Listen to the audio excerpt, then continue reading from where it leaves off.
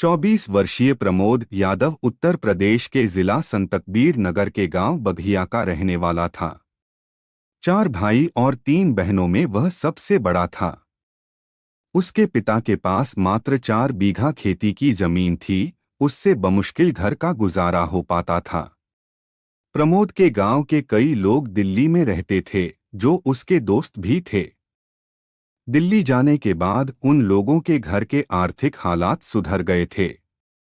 इसलिए प्रमोद ने भी सोचा कि वह भी गांव के दोस्तों के साथ दिल्ली जाकर कोई काम देख लेगा। एक बार होली के त्योहार पर जब उसके यार दोस्त दिल्ली से गांव लौटे तो प्रमोद ने उन्हें अपने मन की बात बताई और त्योहार के बाद वह भी उनके साथ दिल्ली चला गया। उसके यार दोस्त पूर्वी दिल्ली के गाजीपुर क्षेत्र में रहते थे। वह भी उनके साथ रहने लगा। उनके सहयोग से वह नौकरी तलाशने लगा। थोड़ी कोशिश के बाद गाजीपुर में ही स्थित अमरनाथ की पशु आहार की दुकान पर उसकी नौकरी लग गई। नौकरी लगने के बाद भी वह गांव के 3 दोस्तों के साथ एक ही कमरे में रहता रहा। खाने पीने का खर्चा सभी आपस में मिलकर उठाते थे। प्रमोद 2 से 3 महीने बाद 4 से 5 दिन की छुट्टी लेकर अपने गांव जाता रहता था। गांव में खर्च के बाद जो पैसे बचते वह अपने माँ बाप को दे आता। पास के गांव बघिया के पड़ोसी रतिपाल से प्रमोद की अच्छी दोस्ती थी। सन 2004 के मई महीने में रतिपाल के भाई की शादी थी। उसने प्रमोद को भाई की शादी में शामिल होने का निमंत्रण दिया। तब प्रमोद 5 दिन की छुट्टी लेकर शादी में शामिल होने के लिए दिल्ली से चला गया था। शादी समारोह में ही प्रमोद की मुलाकात मुन्नी से हुई। मुन्नी संतकबीर नगर के गांव भसेल की रहने वाली थी। मुन्नी 3 बच्चों में मंझले नंबर की थी। पहली ही मुलाकात में प्रमोद मुन्नी का दीवाना हो गया। बातचीत के दौरान ही दोनों ने एक दूसरे को अपने मोबाइल नंबर दे दिए। शादी कार्यक्रम के बाद प्रमोद अपने गांव चला गया पर मुन्नी 4 दिनों तक रतिपाल के यहाँ रही। प्रमोद भी जब तक अपने घर रहा मुन्नी से फोन पर बात करता रहता था। फोन पर ही दोनों ने प्यार का इजहार कर दिया था। 5वें दिन मुन्नी अपने परिवार के साथ भसेल चली गई। उसी दिन प्रमोद भी दिल्ली चला आया। दोनों की फोन पर बातचीत होती रहती थी। रात को दोनों काफी देर तक अपने प्यार की बातें करते रहते थे। यहाँ तक कि दोनों ने शादी तक करने का वादा भी कर लिया। मुन्नी की मां रामवती को भी इस बात का शक हो गया कि आखिर मुन्नी घंटों घंटों तक किस से बातें करती है। एक दिन उसने पूछ ही लिया, बेटी, जब से तुम शादी से लौटकर आई हो तुम्हारे हाव भाव बदल गए हैं। जब देखो कानों में फोन लगाए रहती हो, क्या है यह सब? मुन्नी जानती थी मां की बगैर रजामंदी के प्रमोद का विवाह उसके साथ नहीं हो सकता, इसलिए उसने मां को अपने प्यार की सच्चाई बताना उचित समझा। इसके बाद उसने मां को सारी बात बता दी। बेटी की बात सुनकर रामवती पहले तो नाराज हुई, फिर मुन्नी की बातों से उसे लग रहा था कि वे दोनों एक दूसरे को चाहते हैं और लड़का सजाती है तो वह मन ही मन खुश हुई। रामवती न तो प्रमोद को जानती थी और न ही उसे उसके घरबार के बारे में जानकारी थी। बिना कोई छानबीन किए बेटी की शादी उसके साथ करना समझदारी वाली बात नहीं थी, इसलिए रामवती ने मुन्नी से कहा, बेटा, जब तक हम प्रमोद के बारे में छानबीन न कर लें तब तक तुम उससे फोन पर ज्यादा बातें करो। मगर मुन्नी पर तो प्यार का भूत सवार था। उसने मां की सलाह को गंभीरता से नहीं लिया और वह चोरी छिपे उससे फोन पर बातें करती रही। एक दिन मुन्नी से रामवती ने कह दिया कि वह फोन करके प्रमोद को यहाँ बुला ले ताकि उससे कुछ बात की जा सके। मां की यह बात सुनकर मुन्नी मारे खुशी के बल्लियों उछल पड़ी। उसने प्रमोद को फोन करके मां से मिलने के लिए अपने गांव बुला लिया। रामवती ने प्रमोद से विस्तार से बात की। उससे की गई बातचीत से रामवती को भरोसा हो गया कि वह मुन्नी को हर तरह से खुश रखेगा। बेटी की खुशी को देखते हुए रामवती ने भी उनके प्यार को हरी झंडी दे दी। मां से हरी झंडी मिलने के बाद प्रमोद और मुन्नी ने आर्य समाज मंदिर में शादी कर ली। इसके बाद वह मुन्नी को अपने गांव ले गया। मुन्नी को 2 से 4 महीने गांव में मां बाप के पास छोड़ने के बाद वह उसे दिल्ली ले आया और गाजीपुर के ही रामावतार के मकान में किराए का कमरा लेकर वह रहने लगा। रामावतार के उस मकान के भूतल पर कुछ दुकानें बनी थीं और पहली मंजिल पर 4 कमरे बने थे। उनमें से एक कमरे में प्रमोद और 3 कमरों में दूसरे किराएदार रहते थे। मुन्नी प्रमोद के साथ पूरी तरह से खुश थी। समय अपनी गति से गुजरता गया और एक एक कर वह 3 बच्चों की मां बन गई, जिसमें 2 बेटे और 1 बेटी काजल थी। बच्चे बड़े हुए तो उनका दाखिला पास के ही सरकारी स्कूल में करा दिया। प्रमोद अपनी दुकान पर सुबह 6 बजे चला जाता और दोपहर के 2 बजे जब दुकान बंद हो जाती तो वह घर आ जाता था। दोपहर 2 बजे के बाद प्रमोद घर पर ही रहता। प्रमोद चाहता था कि उसे ऐसा कोई पार्ट टाइम काम मिल जाए जो वह 2 बजे के बाद कर सके। इस बारे में उसने अपने दोस्तों के अलावा मकान मालिक से भी कह रखा था। एक दिन मकान मालिक रामावतार ने उससे कहा, प्रमोद, तुम जो पार्ट टाइम काम की बात कह रहे हो, मेरे पास इसका उपाय है। उपाय यह है कि मैं अपनी दुकान में जनरल स्टोर की दुकान खुलवा दूंगा। 2 बजे से रात 10 बजे तक तुम संभालना। इसके बदले में तुम्हारा मकान का किराया नहीं लिया जाएगा। तुम यहाँ बिल्कुल फ्री में रहना। अगर तुम्हें यह मंजूर है तब तो मैं दुकान में पैसे लगाऊं। दुकान से मिलने वाली सैलरी से प्रमोद का गुजारा बड़ी मुश्किल से हो रहा था, इसलिए उसने रामावतार से हाँ कह दी। रामावतार ने अपनी दुकान में अच्छे खासे पैसे लगाकर जनरल स्टोर खुलवा दिया। दोपहर 2 बजे से रात 10 बजे तक प्रमोद ही उस जनरल स्टोर को संभालता था। सब कुछ ठीक ठाक चल रहा था कि 13 दिसंबर 2017 की रात होते ही प्रमोद की 7 साल की बेटी काजल अचानक लापता हो गई। काफी ढूंढने के बाद भी जब काजल नहीं मिली तो प्रमोद ने पुलिस कंट्रोल रूम के 100 नंबर पर फोन करके बेटी के गायब होने की सूचना दे दी। सूचना पाकर पीसीआर वैन प्रमोद के यहां पहुंच गई। मामला गाजीपुर थाना क्षेत्र का था, इसलिए पुलिस कंट्रोल रूम की सूचना पाकर एसआई सोनू, एसआई यशपाल प्रमोद के यहां पहुंच गए। पुलिस ने प्रमोद और उसकी पत्नी मुन्नी से बात की।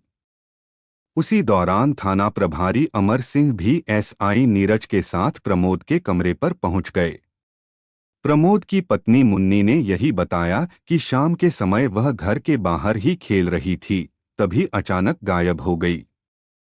इसके बाद पुलिस ने रात में ही काजल को ढूंढना शुरू कर दिया। टॉर्च की रोशनी में पुलिस वाले डीडीए कॉम्प्लेक्स के नजदीक के खाली पड़े प्लाटों के आसपास के सुनसान वाले इलाकों, गड्ढों, झाड़ियों आदि में काजल को तलाशते रहे, लेकिन वह वहां कहीं नहीं मिली तो थाना प्रभारी वापस प्रमोद के कमरे पर आ गए। सोसाइटी मकान का निरीक्षण करने के दौरान ही प्रमोद से थाना प्रभारी ने पूछा, छत पर क्या है? कुछ नहीं है, खुली छत है। वहां कोई नहीं जाता, प्रमोद ने बताया। थाना प्रभारी ने पास खड़े एसआई नीरज कुमार से कहा, जरा ऊपर छत पर जाकर देखो। एसआई नीरज कुमार ने टॉर्च की रोशनी में पूरी छत छान मारी, पर वहां कोई भी संदिग्ध चीज नहीं मिली। पर पड़ोसी की छत पर उन्हें एक लड़की की रक्तरंजित लाश मिली। यह बात उन्होंने थाना प्रभारी को बताई तो वह भी छत पर पहुंच गए। प्रमोद और उसकी पत्नी को लेकर थाना प्रभारी अमर सिंह भी छत पर पहुंच गए। बच्ची की लाश देखते ही मुन्नी जोर से चीखी। इसके बाद वह बेहोश हो गई। प्रमोद ने लाश की पहचान अपनी 7 वर्षीय बेटी काजल के रूप में की। पुलिस ने मौके पर फोरेंसिक टीम को भी बुला लिया। फिर जरूरी कार्रवाई करके लाश को पोस्टमार्टम के लिए भेज दिया और प्रमोद की तहरीर पर अज्ञात के खिलाफ भादंबी की धारा 302 के तहत रिपोर्ट दर्ज कर ली। पुलिस के पूछने पर प्रमोद ने किसी से दुश्मनी आदि होने की बात भी नकार दी। पुलिस यही मानकर चल रही थी कि किसी ने इस बच्ची के साथ दुष्कर्म करने के बाद उसकी हत्या कर दी होगी, पर यह बात डॉक्टरी जांच के बाद पता लग सकती थी। हत्या के इस केस को सुलझाने के लिए डीसीपी रामवीर सिंह ने थाना प्रभारी अमर सिंह के नेतृत्व में एक पुलिस टीम बनाई। टीम में एसआई नीरज कुमार, सोनू सिंह, एएसआई यशपाल आदि को शामिल किया गया। थाना प्रभारी ने पूछताछ के लिए मकान मालिक को भी थाने बुला लिया। उसके यहाँ रहने वाले सभी किराएदारों को भी बुलाकर पूछताछ की, लेकिन सभी ने इस मामले में अनभिज्ञता व्यक्त की। पड़ोस में रहने वाला सुधीर नाम का एक किराएदार फरार था। पता चला कि वह बिहार के दरभंगा का रहने वाला है। करीब 2 साल से वह डीडीए कॉम्प्लेक्स स्थित प्लाईवुड फैक्ट्री में नौकरी कर रहा है। अन्य किराएदारों ने बताया कि काजल के गायब होने के बाद से सुधीर गायब है। इस बात से पुलिस के शक की सुई सुधीर की तरफ मुड़ गई। सुधीर जिस फैक्ट्री में काम करता था, वहां से पुलिस ने उसका फोटो और मोबाइल नंबर हासिल कर लिया। इसके बाद पुलिस ने सुधीर, मुन्नी और प्रमोद के फोन नंबर की कॉल डिटेल्स निकलवाई तो कॉल डिटेल्स में चौंकाने वाली जानकारी मिली। पता चला कि मुन्नी और सुधीर की रोजाना ही लंबी लंबी बातें होती थीं। केवल घटना वाली रात 9 बजे के करीब दोनों की बात नाम मात्र ही हुई थी। थाना प्रभारी अमर सिंह ने सुधीर का नंबर मिलाया तो वह स्विच ऑफ मिला। तब उन्होंने उसे सर्विलांस पर लगवा दिया। इसके बाद वह प्रमोद के घर गए। उस समय प्रमोद और उसकी पत्नी दोनों ही कमरे पर मिल गए। उन्होंने प्रमोद से पूछा, क्या आप सुधीर नाम के किसी आदमी को जानते हैं? जी, सुधीर को बस इतना ही जानता हूं कि वह पड़ोस में रहता है और मेरे पास दुकान पर वह कुछ सामान खरीदने आता रहता था। उससे ज्यादा मैं उसके बारे में कुछ नहीं जानता, उसने कहा। प्रमोद से बात करते हुए थाना प्रभारी मुन्नी पर नजर रखे हुए थे। उन्होंने मुन्नी के चेहरे के भाव पढ़ लिए थे, पर वह उससे कुछ नहीं बोले। प्रमोद से बात करके वह थाने लौट आए। कुछ समय के बाद ही थाना प्रभारी अमर सिंह को सर्विलांस सेल से सूचना मिली कि सुधीर के फोन की लोकेशन गाजीपुर थाना क्षेत्र में ही है। थाना प्रभारी ने एसआई नीरज और सोनू को सुधीर को गिरफ्तार करने की जिम्मेदारी सौंप दी। एसआई नीरज और सोनू ने प्लाईवुड फैक्ट्री से एक ऐसे कर्मचारी को साथ लिया जो सुधीर को पहचानता था। इसके बाद वह गाजीपुर बस स्टैंड पर पहुंच गए, क्योंकि सुधीर के फोन की लोकेशन वहीं की आ रही थी। साथ गए व्यक्ति की शिनाख्त पर पुलिस ने सुधीर को बस स्टैंड से गिरफ्तार कर लिया। वहां से वह बिहार भागने की फिराक में था। सुधीर को थाने लाकर पूछताछ की तो वह पहले इधर-उधर की बातें करता रहा। फिर सख्ती करने पर उसने सच्चाई बता दी। उसने बताया कि काजल की हत्या में उसके साथ काजल की मां मुन्नी भी शामिल थी।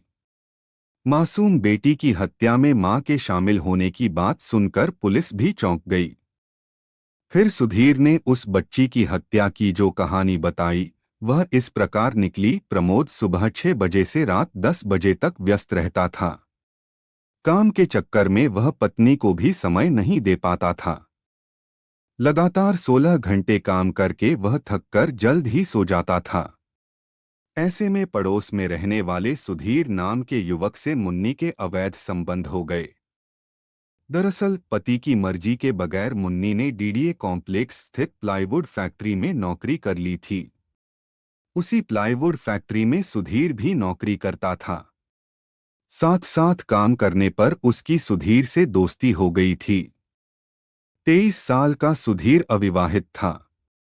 दोनों एक दूसरे को चाहने लगे। इसी बीच उनके बीच अवैध संबंध भी बन गए। मुन्नी के नौकरी पर चले जाने पर घर अस्त व्यस्त रहता था और बच्चों की देखभाल भी ठीक से नहीं हो पाती थी। तब प्रमोद ने दबाव डालकर पत्नी की नौकरी छुड़वा दी। उसने वहां 3 माह नौकरी की थी। नौकरी छूटने के बाद भी मुन्नी के सुधीर से संबंध कायम रहे। उसकी फोन पर बातचीत होती रहती थी। पति तो रात 10 बजे तक दुकान पर रहता था, इसलिए जब मुन्नी का मन होता वह सुधीर को अपने कमरे पर बुला लेती। 10 दिसंबर 2017 को मुन्नी और सुधीर को आपत्तिजनक स्थिति में उसकी बेटी काजल ने देख लिया था।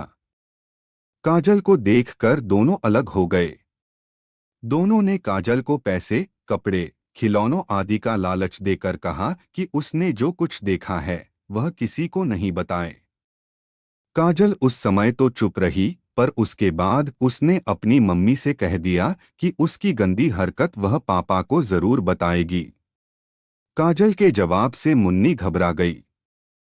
मुन्नी को डर लगने लगा कि काजल की वजह से वह पति की नजरों में गिर जाएगी, साथ ही बदनामी भी होगी, इसलिए उसने सुधीर को फोन करके कह दिया कि काजल बात नहीं मान रही, उसे ठिकाने लगा दो, ऐसा नहीं हुआ तो मैं किसी को मुंह दिखाने लायक नहीं रहूंगी। इसके बाद मुन्नी ने काजल की हत्या की योजना तैयार की। 13 दिसंबर 2017 की रात 8 बजे के करीब पड़ोसी लालमन के कमरे में काजल टीवी देख रही थी। मुन्नी ने इशारे से काजल को बुलाया। उसे कोई अच्छी चीज दिखाने की बात कहकर वह उसे छत पर ले गई। सुधीर चाकू लिए छत पर पहले से बैठा था। छत के किनारे पर मुन्नी ने काजल का मुंह दबाकर पटका और सुधीर ने चाकू से उस बच्ची का गला रेत दिया। कुछ ही देर में काजल की मौत हो गई। दोनों ने मिलकर पड़ोस की छत पर लाश फेंक दी और जिस जगह उन्होंने काजल का गला रेता था वहां पड़े खून के ऊपर उन्होंने बोरी डाल दी ताकि खून किसी को न दिखे। उनकी योजना रात के अंधेरे में लाश को बोरी में भरकर ठिकाने लगाने की थी, पर वह लाश ठिकाने तो नहीं लगा सके, पुलिस के हत्थे जरूर चढ़ गए। इसके बाद पुलिस ने मुन्नी को भी गिरफ्तार कर लिया। सुधीर की निशानदेही पर पुलिस ने हत्या में प्रयुक्त चाकू भी बरामद कर लिया।